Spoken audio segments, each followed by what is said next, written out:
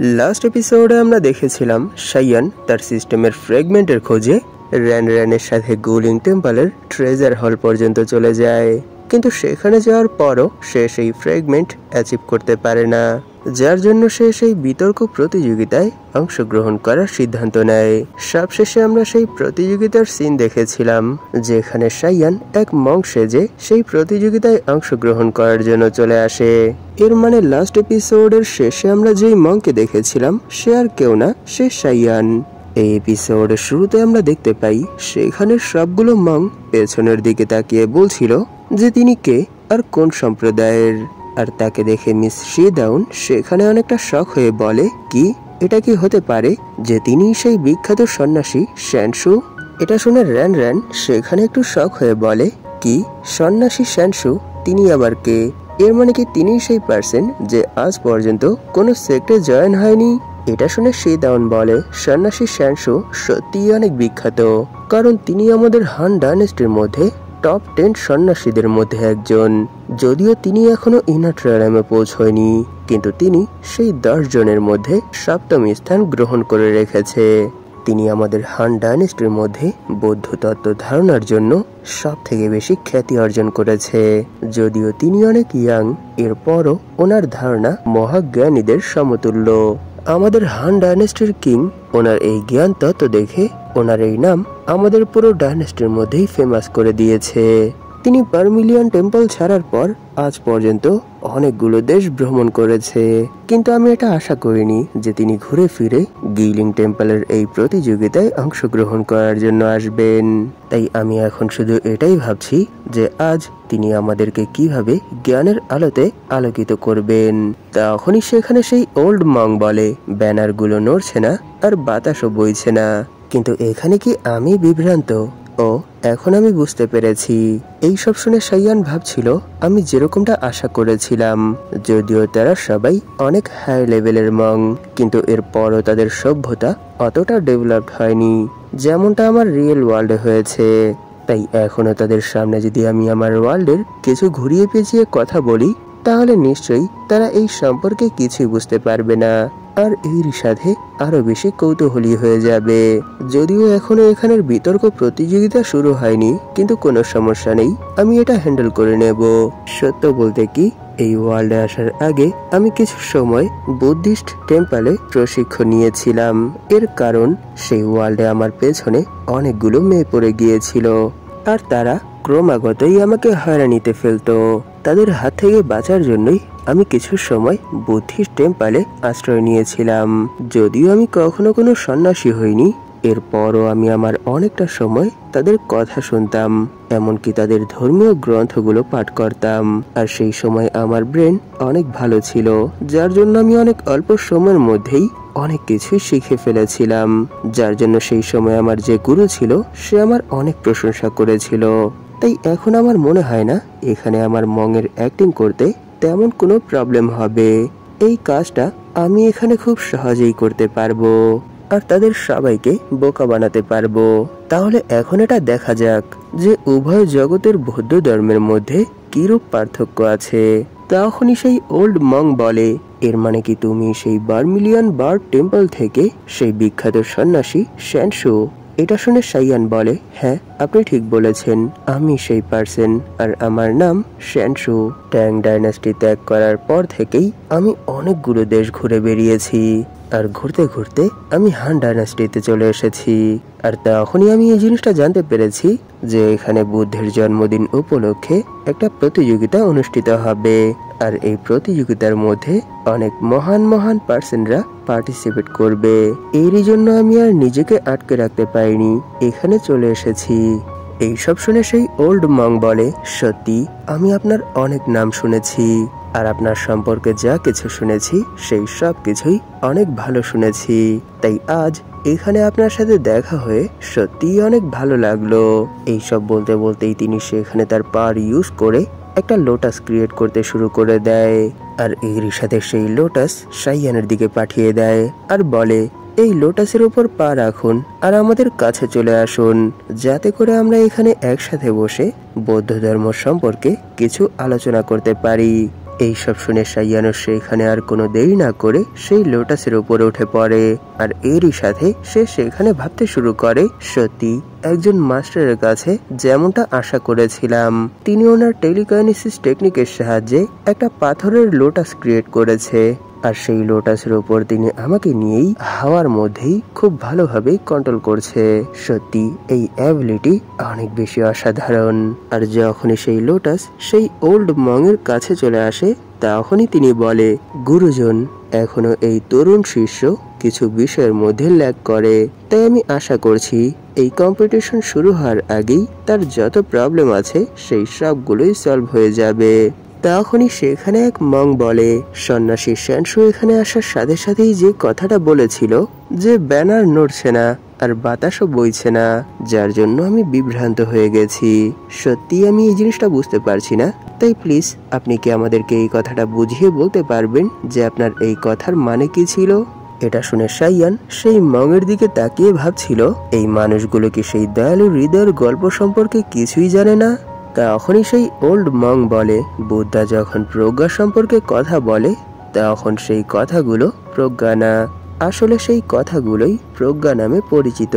সত্যি আমি এখানে কিছুই বুঝতে পারছি না, কারণ এখানে যা কিছু বলছে সেই সব কিছুই বুদ্ধা রিলেটেড, যার জন্য আমি এই কঠিন শব্দগুলো সম্পর্কে জানি না।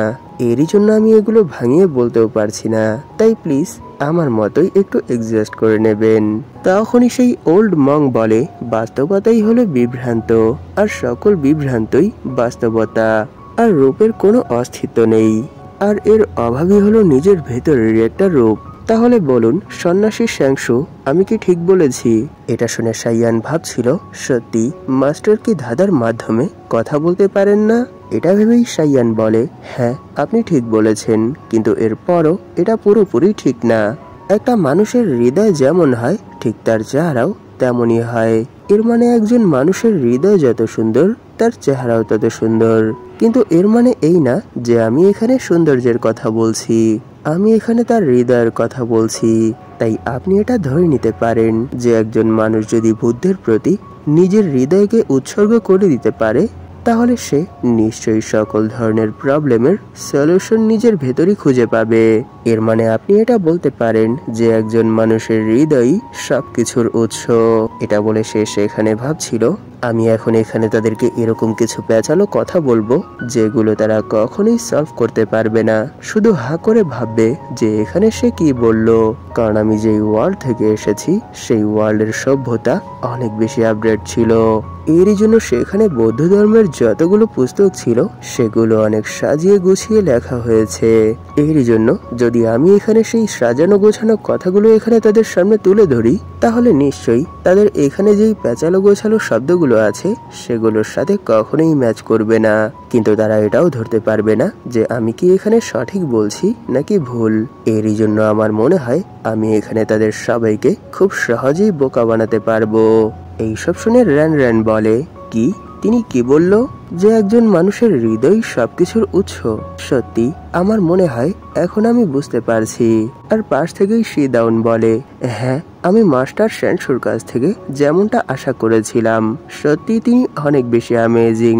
ওনার প্রতিটা শব্দই আমাদের জন্য জ্ঞানের ভান্ডার। আর তখনই সেই মং যে প্রথমে সাইয়ানকে কোশ্চেন করেছিল সে বলে, মাস্টার আমি এখনো আপনার কোনো কথাই বুঝতে পারছি না। এটা শুনে সাইয়ান বলে, ও এই কথা, যদি এরকমটাই হয়ে থাকে তাহলে আমার মনে হয় তোমাকে আমার একটা গল্প শোনাতে হবে। একদিন দুই সন্ন্যাসী এক ছোট নদী পার হচ্ছিল, তখনই তারা দেখতে পায় সামনেই এক যুবতী নারী সেই নদী পার হতে চাচ্ছে, কিন্তু সে নিজের কাপড় ভেজাতে চাচ্ছে না। এটা দেখে প্রথম সন্ন্যাসী ওনাকে পিঠে চড়িয়ে সেই নদী পার করিয়ে দেয়। আর তাকে এরকমটা করতে দেখে দ্বিতীয় সন্ন্যাসী বলে, তোমার কি মনে হয় না তুমি এখানে আমাদের বুদ্ধের রুলস ভঙ্গ করে ফেলেছো? কারণ তুমি যখন ওনাকে নদী পার করতে সাহায্য করেছো তখন তোমরা একে অপরের অনেক কাছে ছিলে, আর একজন বুদ্ধিস্ট কাল্টিভেটর হিসেবে তোমার কি মনে হয় না এটা আমাদের রুলসের বিরুদ্ধে চলে গেছে? তাহলে বলো, তুমি যখন ওনাকে সাহায্য করার জন্য এগিয়ে গিয়েছিলে তখন কি তোমার ভেতর আমাদের এই নিয়ম ভাঙার কোনো চিন্তাই মাথায় আসেনি? এটা শুনে প্রথম সন্ন্যাসী উত্তরে বলে, আমি প্রথমেই তীরে পৌঁছে গেছি, কিন্তু এখনো তুমি জলের মাঝখানেই দাঁড়িয়ে আছো। তাহলে বলো, আমি আগেই ছেড়ে দিয়েছি, কিন্তু এরপরও তুমি এখনো এর মাঝেই আটকে আছো কেন? এইসব শুনে দ্বিতীয় সন্ন্যাসী গ্রিট করে বলে, সত্যি আজ আমি এখানে আপনার জ্ঞানের আলোতে আলোকিত হয়েছি, তাই ধন্যবাদ গুরু আপনার এই উপদেশের জন্য। তার এই স্টোরি শুনে সেখানের সবগুলো মং প্রথমত অনেক বেশি অবাক হয়ে যায়, আর এরই সাথে তারা সবাই একসাথে বলতে শুরু করে, সত্যি এটা কতটা হাস্যকর। তখনই সেখানে অনেক হাট্টা খাট্টা এক মং চলে আসে, যার পরিচয় supreme esoteric sector master OG. তাকে দেখে সেখানের সবগুলো মং অনেক বেশি শক হয়ে যায়, আর তারা বলতে শুরু করে, কি এখানে সেক্টর মাস্টার উজি এসেছে? ওনাকে দেখে শিদাউনও সেখানে অনেকটা শক হয়ে বলে, কি এইবার এত দ্রুতই সেক্টর মাস্টার উজি এখানে কেন এসেছে?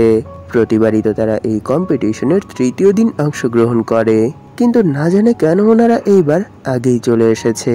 তখনই মাস্টার উজি সেখান থেকে তার ফুল স্পিডে এক মঙের সামনে চলে আসে আর বলে, এখনো সময় আছে, ছেড়ে দাও, নয়তো আমাকে তুমি এটা বলো যে কেন তুমি এক বুদ্ধিস্ট কাল্টিভেটর হতে চাও।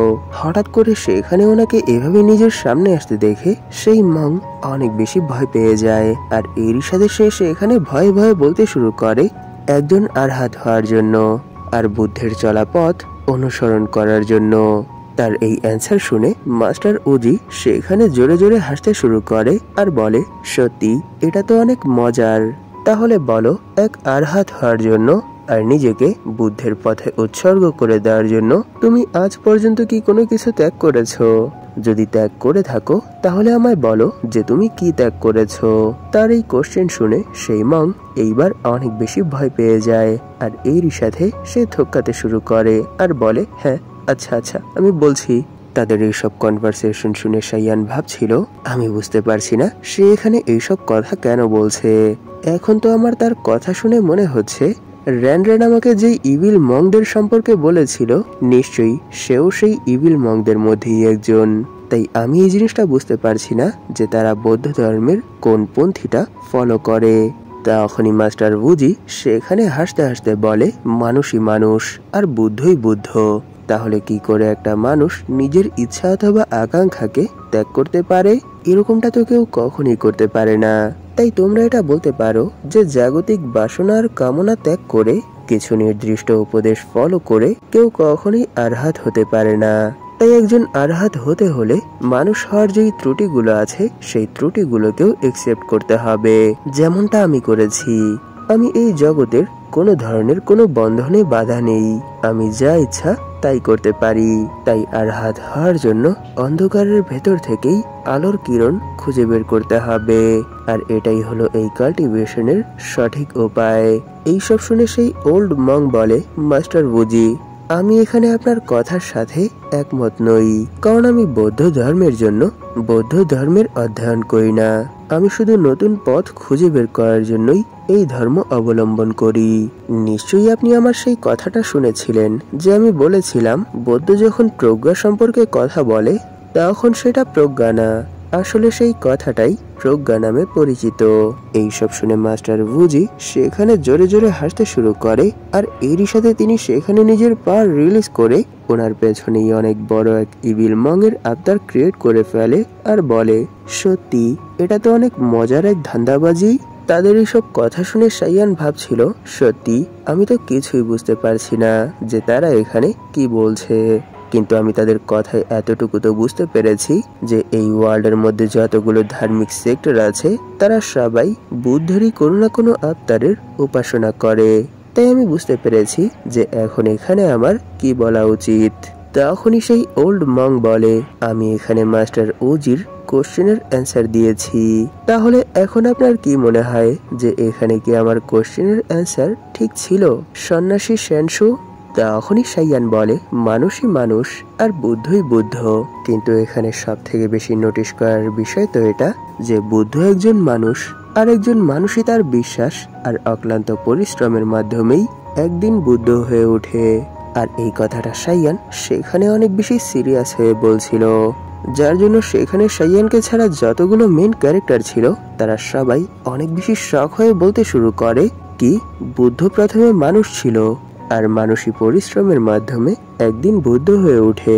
এইসব শুনে সেখানে যতগুলো ডিসেবল ছিল তারা সবাই অনেক বেশি রেগে চিল্লাতে শুরু করে আর বলে, কি তুমি এসব কি বলছো যে বুদ্ধ প্রথমে একজন মানুষ ছিল আর একজন মানুষই পরিশ্রমের সাহায্যে বুদ্ধ হতে পারে?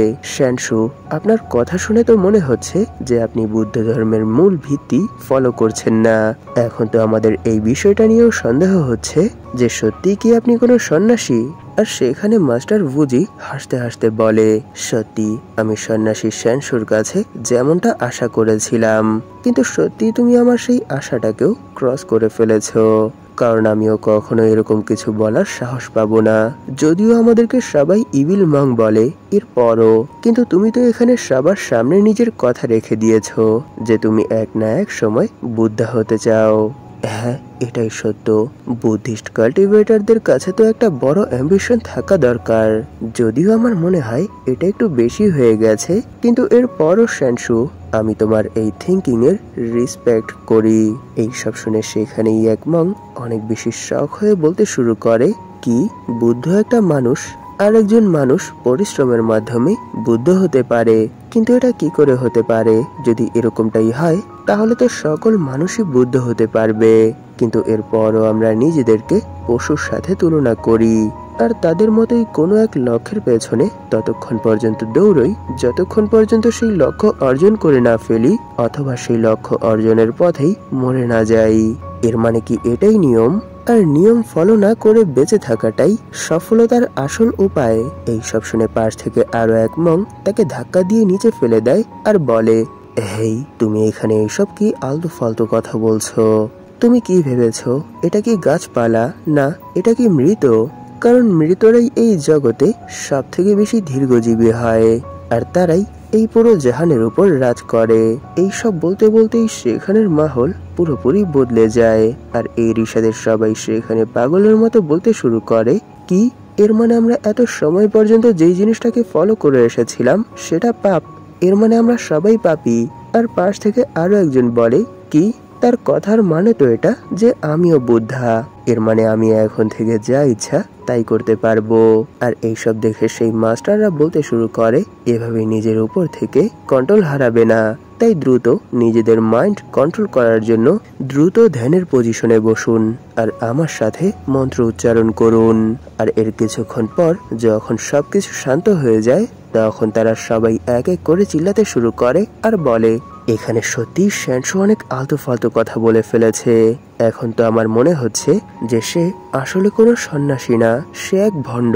তাই আমাদের মতে তার কাছে যেই সন্ন্যাসীর উপাধি আছে সেটা ছিনিয়ে নেওয়া দরকার।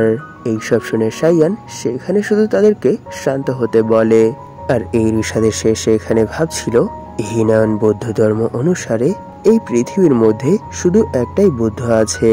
আর একজন মানুষ যতই তপস্যা করুক না কেন আর যতই পরিশ্রম করুক না কেন সে কখনোই বুদ্ধ হতে পারবে না, সে শুধু একটা আরহাট হতে পারবে।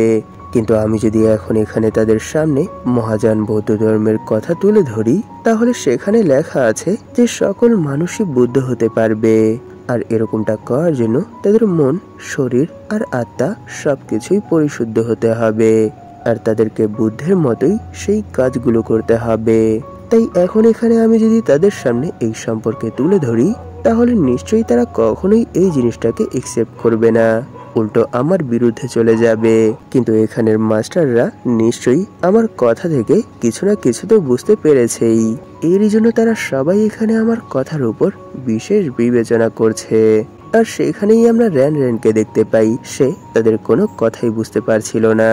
তখনই সাইয়ান আবার ভাবতে শুরু করে, কিন্তু এখন তো আমার সত্যি অনেক বেশি ভয় হচ্ছে যে এখন কি মাস্টাররা আমার এই কথার জন্য আমার বিরুদ্ধে বিশেষ কোনো অ্যাকশন নেবে। যদি এরকমটা হয় তাহলে তো আমি শেষ। তখনই সেই ওল্ড মং বলে, মাস্টার শ্যানশু, প্লিজ আপনি এখন আমাদেরকে এটা বলুন যে আপনি কি বুদ্ধা হতে চান? এটা শুনে সাইয়ান বলে, আমি আমার কাল্টিভেশন যেভাবে কন্টিনিউ করে যাচ্ছি সেভাবেই কন্টিনিউ করে যাব। আর এই পথে যদি আমি সফল হই তাহলে আমি হব, আর যদি না হই তাহলে আমি এই সব কিছুই ছেড়ে দেব। এটা বলেই সে সেখানে ভাবছিল, কিছুক্ষণ আগে মাস্টার আমার কোশ্চেনের অ্যান্সার যেভাবে দিয়েছিল আমিও ঠিক একইভাবে ওনার কোশ্চেনের অ্যান্সার দিয়েছি। তাই আমার মনে হয় না এখানে আমি অনেক বেশি কিছু করে ফেলেছি। তখনই সেই ওল্ড মং বলে, মাস্টার শ্যানশু, প্লিজ আপনি কি আমাকে এটা বলতে পারবেন যে আপনি কেন বুদ্ধা হতে চান? এটা শুনে সাইয়ান বলে, হ্যাঁ অবশ্যই, এর কারণ মৃত্যু আর রোগ ছাড়া আমার জীবনে আর যেন কোনো ধরনের কোনো দুঃখ কষ্ট না আসে। তখনই সেই ওল্ড মং বলে, যদি সকল মানুষ অবশেষে বুদ্ধ হয়ে যায় তাহলে সাধারণ মানুষদেরকে কি তাদের বাঁচানোর কোনো প্রয়োজন আছে? এইসব শুনে সাইয়ান বলে, প্রত্যেকটা মানুষের ভেতরই বুদ্ধার হৃদয় লুকায়িত থাকে, তাই তাকে বের করে নিজের ভেতর স্থাপন করার কাজ মানুষকেই করতে হবে। এইসব শুনে সেই ওল্ড মং এক দীর্ঘশ্বাস ছেড়ে বলে, হ্যাঁ এখন আমি বুঝতে পেরেছি। আর এইসব শুনে সেখানের যত ডিসাইপল ছিল তারা সবাই চিল্লাতে চিল্লাতে বলে, হেই শ্যানশু, তুমি এখানে বুদ্ধাকে অপমান করেছো, তাই তোমাকে এর শাস্তি তো পেতেই হবে। মাস্টার প্লিজ তাকে এখানে শাস্তি দিতেই হবে, সে যেন এখান থেকে পালিয়ে কোথাও যেতে না পারে। সেখানের এরকম সিচুয়েশন দেখে র্যান র্যান বলে, সিস্টার শিদাউন, আপনার কি মনে হয়? এটা শুনে শিদাউন বলে, সত্য বলতে কি উনি এখানে অনেক কমপ্লিকেটেড একটা কথা বলেছে, যার জন্য আমারও ওনার এই কথার মানে বুঝতে অনেকটা সময় লাগবে। কিন্তু যদি এই কথাটাই অন্য কোনো পার্সন বলতো তাহলে আমি এটা ধরে নিতাম যে সে বুদ্ধার অপমান করছে। কিন্তু এই কথাটা যে বলেছে সে কোনো সাধারণ পার্সন না, সে বিখ্যাত সন্ন্যাসী শ্যানশু। আর সে এখানে যে কনফিডেন্সের সাথে এই কথাগুলো বলেছে তাতে তো আমার মনে হয় নিশ্চয়ই তিনি কোথা না কোথা থেকে এরকম কিছু জানতে পেরেছে, যার জন্য তিনি এখানে এত কনফিডেন্সের সাথে এরকম এক মাহলের মধ্যে এরকম কথা সবার সামনে বলেছে। কিন্তু এটা মানতে হবে যে ওনার কথা শুনে এখানে আমিও অনেকটা ইনফ্লুয়েন্স হয়েছি। এটা বলেই তিনি সেখানের বাকি ডিসাইপলদের দিকে তাকিয়ে বলে, তিনি এখানে যেই কথাটা বলেছে সেই কথার মিনিং অনেক ডিপ, যার জন্য আমার মনে হয় না এখানের সাধারণ ডিসেবলরা ওনার কথার মিনিং বুঝতেও পেরেছে। এমনকি এখানের মাস্টাররাও ওনার কথা ভালোভাবে বুঝতে পারেনি। তাই এখন আর এখানে আমরা এই বিষয়ে ওনার সাথে আর কোনো ধরনের বিতর্ক করতে পারবো না। তখনই সেখানে র্যানের মাস্টার উঠে দাঁড়ায় আর এরই সাথে তিনি সেখানে তাদের সবাইকে আসন পেতে বসতে বলে।